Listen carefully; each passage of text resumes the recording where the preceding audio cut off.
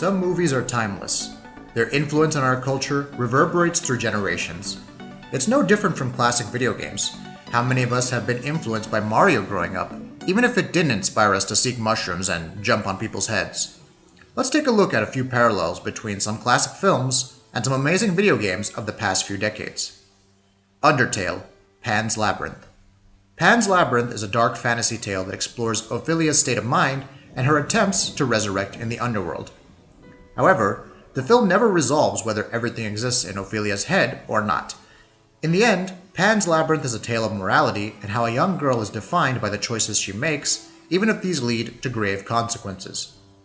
Undertale is significantly different in that it deals with a single human visiting the underworld of monsters, but the basic gist of the story is the same. Are you a killer who will slaughter everything in sight? Are you not? What makes you human, and what makes a monster? The fact that both Pan's Labyrinth and Undertale take place in sprawling underworlds doesn't hurt their similarities either. Mass Effect, Star Trek.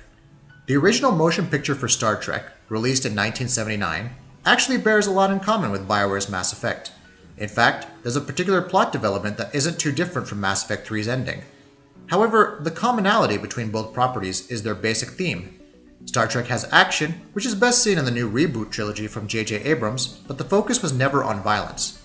Exploration, both of the universe and the human state of mind, make up the series.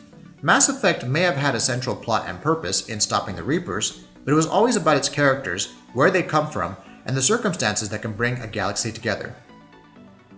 I Have No Mouth and I Must Scream, 2001: A Space Odyssey. 2001: A Space Odyssey is fairly confounding, especially the ending, but one plot development continues to resonate with audiences today, namely the rogue computer HAL.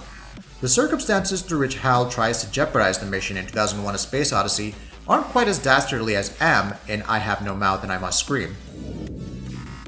In this classic adventure game, AM is a computer which has wiped out the Earth's population, but keeps 5 beings alive to torture them forever. AM's sentience mirrors HAL's in some respects, and the conflict to ultimately disable AM, even at the cost of self-sacrifice, is what drives I Have No Mouth and I Must Scream. Red Dead Redemption, the good, the bad, and the ugly. Come on, you can't possibly need us to point out the similarities between Clint Eastwood's classic and Rockstar's open-world action game. From the Eastwood-like protagonist in John Marston to the gun battles and explosive sequences, both properties successfully channel the spirit of the Wild West. Of course, when comparing their respective themes, there are broader similarities that emerge, namely what results from one's actions. Marston doesn't emerge unscathed in the end of Red Dead Redemption, unfortunately. The Dark Knight, Batman: Arkham City. The Dark Knight debuted the conflict between Batman and the Joker in a contemporary cinematic space for the first time. The battle was modernized but retained many of the zany properties that we would see in Batman: Arkham City.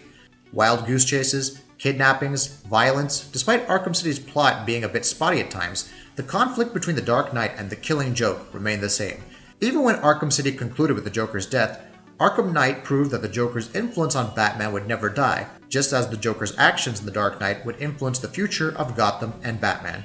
What video games do you think can be compared to cinematic greats? Let us know in the comments, and we'll catch you next time.